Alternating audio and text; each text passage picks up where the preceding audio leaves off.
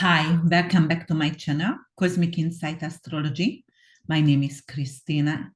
If you have a Taurus rising, Taurus sun, or Taurus moon, this is your 2022 October astrology forecast cosmic weather. All right, Taurus, let's see what October is holding for you. So I'm going to start with October 1st, and October 1st, we are having actually Venus in Libra, and which is also your ruler, and it's in her other sign, because also rules Libra as well, opposing Jupiter in Aries, and Jupiter still in retrograde this time, and it's opposing your sixth house and in your 12th house. So something about your health and something, or your work, and something about secret enemies. So Jupiter actually in Aries could be really arrogant, and it could be a person at your work who could actually be your secret enemy. It's pretending to be nice, it's pretending to be like faithful and a friend, because Libra rules seventh house, and Libra is actually about partnerships. But in your astrology charts, Libra is ruling actually your let me see. Yeah, your sixth house. What am I saying? Yeah, your sixth house. So your work, and Venus is in rulership over here. So it's very, very strong. It loves to be here. But your sixth house is your colleagues. Your sixth house could be your tenant as well, or your roommate if you have roommate, and it could be some kind of conflict between you and the roommate, between you and your colleague, between you and your employee, and someone actually could come off arrogant and impulsive and white supremacist, because of Jupiter in Aries could be actually be as well. Okay, so on October 2nd, we're going to have Mercury station direct, and Mercury is in your fifth house of joy, happiness, intimacy, investment, children, and creativity. Mercury finally go here direct, station direct. So right now your communication going to be really flowing. It could be really joyful as well. You're not going to make any mistake anymore. Mercury in Virgo, it's in rulership, and when it stations direct, it's really, really powerful. And finally, it's no issues with your children, between you and your children, because it could have been a lot of miscommunication, misunderstanding between you and your children. And right now everything going to flow. And then let's see, October 6th, if we have anything else over there. Yes, October 6th, we're going to have Mercury and Pluto trining. Trine is a beautiful aspect in astrology. It is without any challenges. It is like perfect harmony and perfect symbiosis between the conversation of those two planets. And it's going to be Mercury and Pluto, so 25, 26 degrees, so it's trining. Pluto is powerful people and power in Capricorn. And Pluto, anyway, it's transformation and power, but in Capricorn, it's powerful people. So it could be like a ninth house, it's something overseas, or something diplomatic work. So it could be something like you going to have to communicate, or you're going to sign a contract for your children. They can travel abroad or spend the winter holiday or summer holiday abroad, and maybe learn another language, because Mercury is communication.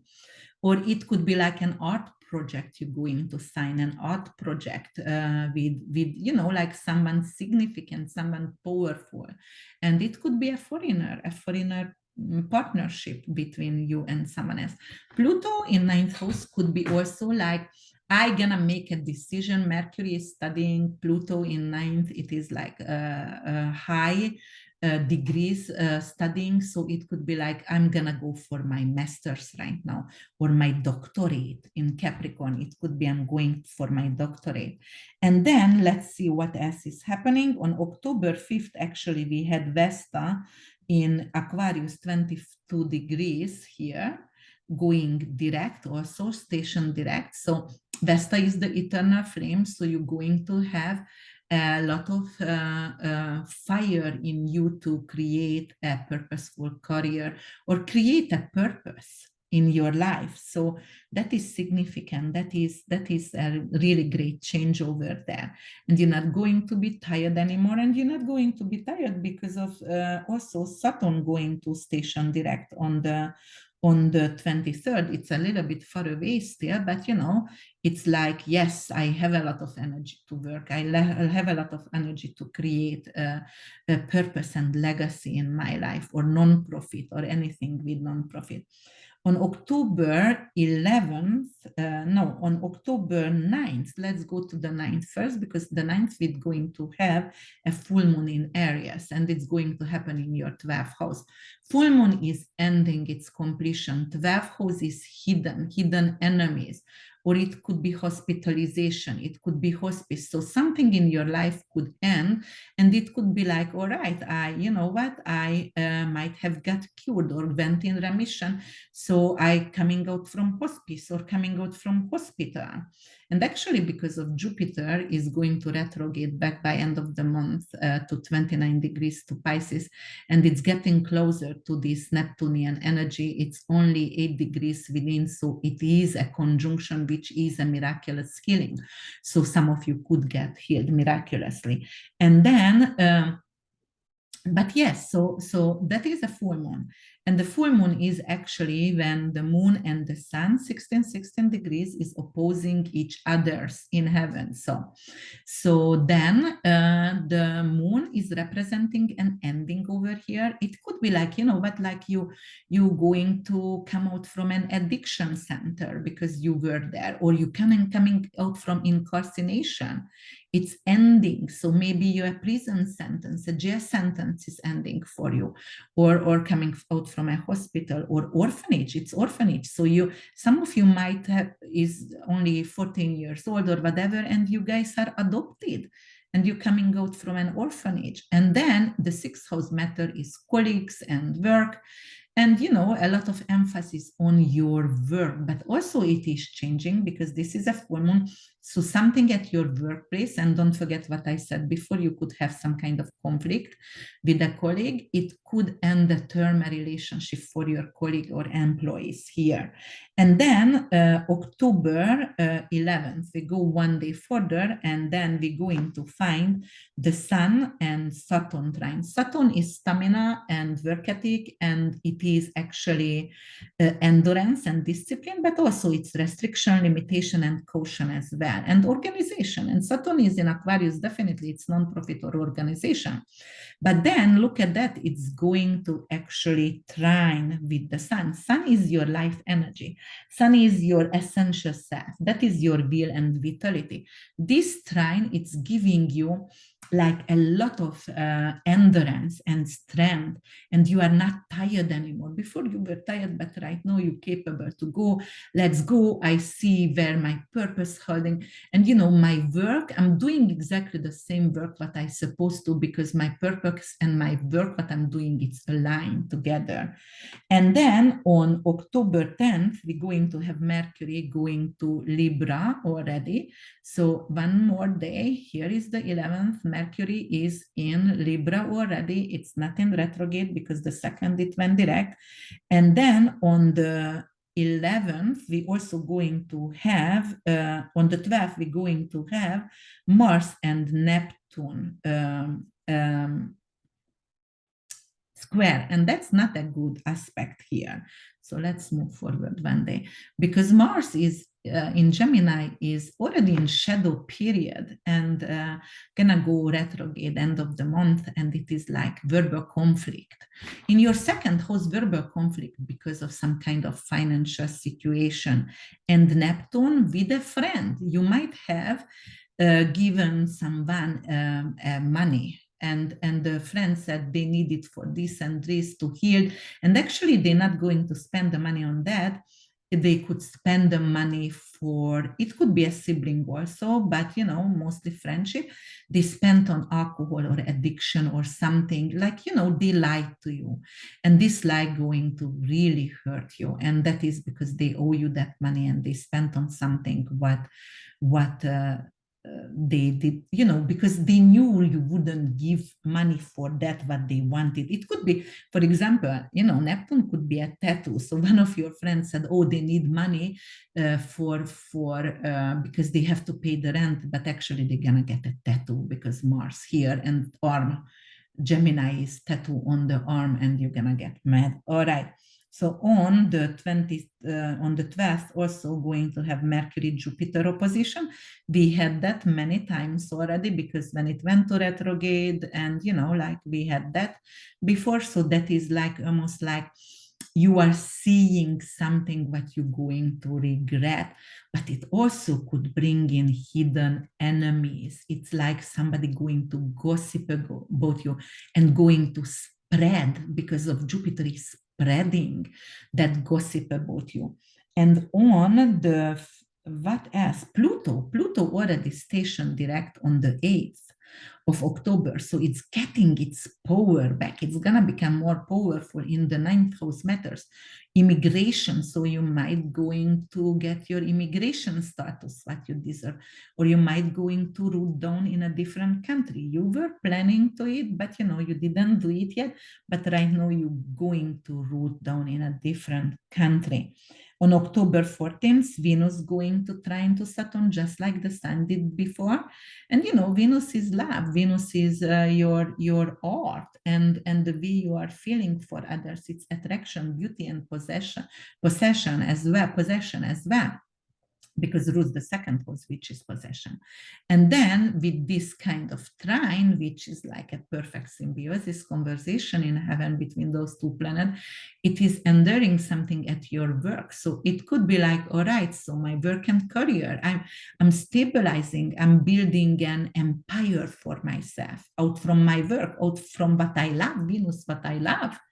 So that's very, very dominant and really beneficial. And then, you know, like Sun going to also trine Mars the next day. So the 17th actually going to trine. So that is, again, that is restlessness and impulsive talking, but the Sun is in your 6th house and financial matters. So it could actually bring in some kind of financial contract, which is going to be beneficial, and the money gonna be better at work. So you're going to maybe get a, what do they call it? Like, you know, like more money, like a raise in your salary, It could indicate that. And then Mercury going to, Venus going to trine Mars as well. So it could indicate like, you know, like you're going to have a conversation. This is the ultimate lovers over here. And don't forget, Mars is the initiator and warrior. I need a salary rise, but Venus is the salary itself. It rules the second house. It rules money as well and possession. So it is like, yeah, you know, I'm asking for it and I'm getting it, and a raise at work. And I'm very happy about that because I initiated this change. So it's giving my power back. Then on October 19, we're going to have Pluto and Sun Square. That is a power struggle. It's power struggle between you and your colleague, or between you, an employee, and actually someone who it could be in position. You know, it could be also like Pluto is transformation, but in 9th house, it's also publication, and your work could be something about publication. Maybe you are a journalist, right? And Mercury is here, don't forget. So it could be a journalism. And I wrote something, but the publication, you know, they're not going to like it, and I'm going to have a conflict with that situation. Or it could be like immigration matters. Yes, I'm getting my social security number, but I can't work yet. So it's a conflict because I can't start to work yet. Then Venus and Pluto going to square. Venus and Pluto, I never like those kind of aspects because Venus is beauty, that's femininity in Libra, relationship, love, and Pluto in Capricorn, it's really powerful. It could be like I'm working for a powerful person and that's going to hit on me, and it could be a foreigner, and you know, in ninth house it could be a religious person, and actually Pluto is secrets and denying and rules the underworld, and it's Hades. So Pluto have raped many times, and you know, it could be like sexual harassment from my professor, or sexual harassment from my anyone who is in power, my publication agency who is doing the publication for me, or that could be a religious person also, so maybe a priest or from your temple, but it could definitely represent that as well. But definitely power struggle between beauty and sexuality. So should I use my beauty to get what I want? Should I use my sexual charisma to get what I want in life? It could represent that as well. And, you know, in a matter of, for example, to get a work, or to get in position, or to get my green card, or you know, to get ahead with something, sexual charisma. I don't want to use it, but I think I have to get where I want to be. So there is a conflict between that. And then let's see, and let's move forward. We're going to have on the 23rd, Venus is going to go to Scorpio, Sun is going to go to Scorpio. So both of them is going to Scorpio. Here in 0 degrees, it's conjuncting in your 7th house of relationship, one-on-one partnership. It's beautiful over here. Conjunction could work out either way though. So it could be good and bad, but at this moment in Scorpio, I would say some kind of sexual charisma, and you're going to have your mojo back, and you're going to have desire for your significant other. It could be a sexual desire, and it could be really, really well between you two. And then what else do we have? So that is already the 23rd. So then we're going to have on the 25th, let's see, the 23rd also, Saturn is stationed direct. So it is powerful, 10th house. It is like I'm getting back to my structure. I'm getting back to power. I'm not going to be tired anymore from my work or from my career, but you know, I'm building up my empire over here. And then, you know, like it's going to be permanent, something what I'm creating going to be permanent here. And then on the 25th, we're going to have a partial solar eclipse, and it's going to happen for you in your 7th house.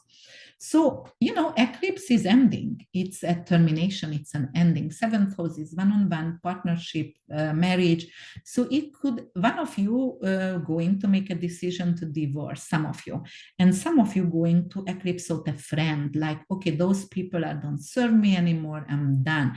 Or a business partnership. You might have hired someone before, don't remember, you know, you did collaborate with someone at work, and it could be like it's not working anymore. So, you know, that relationship going to come to a term, an end there. So the eclipse is going to happen actually on October 25th, and it's going to happen 2 degrees in Scorpio, because it's a new moon eclipse. So the sun is in actually 2 degrees, and let me go back a few hours for you here.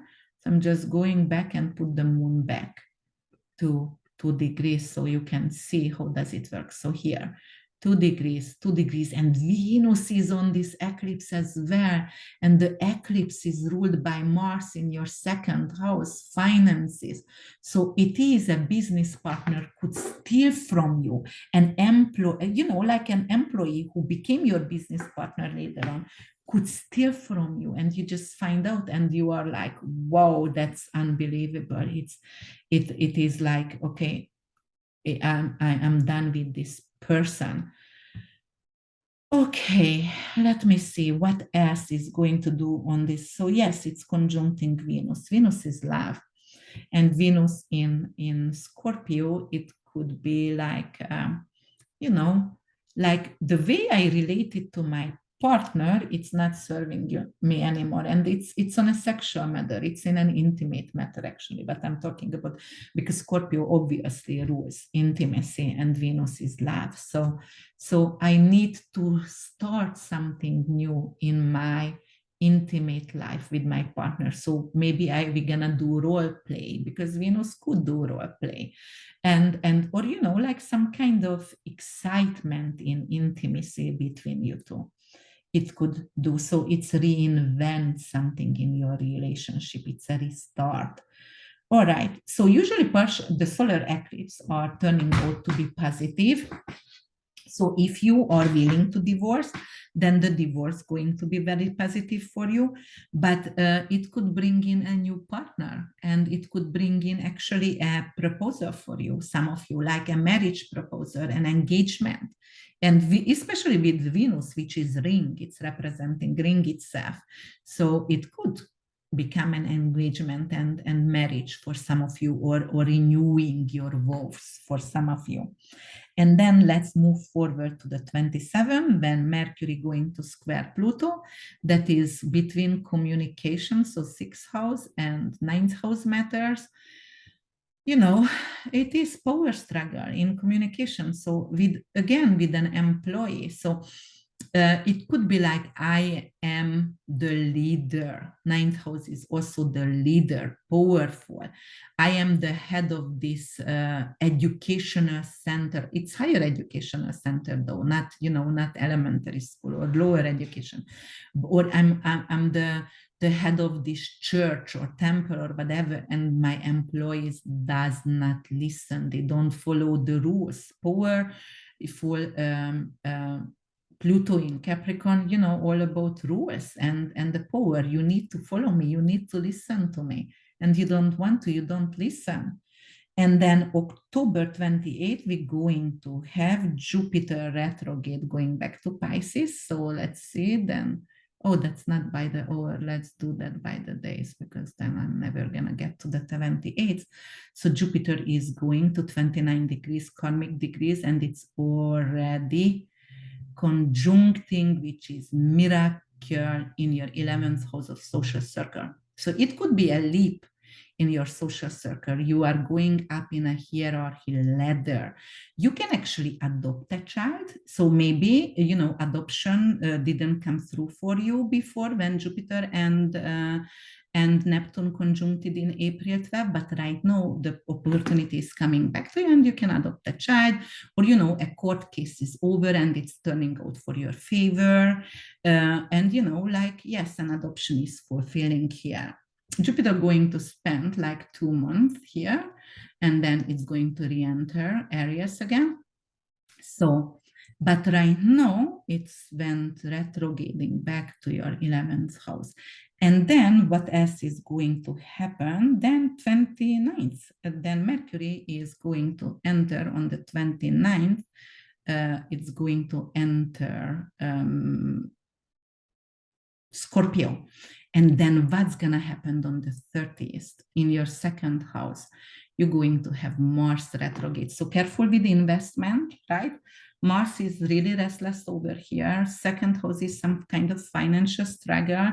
Mars in retrograde, it could waste money, or actually it could spend money on something impulsively what you didn't need, or it could be like fire was in my house and I need to rewire everything in the house, something like that. It also, your values are changing, and you're going to be more initiator. You're going to become talking up for yourself, talking up for your financial needs, and adjusting it as well.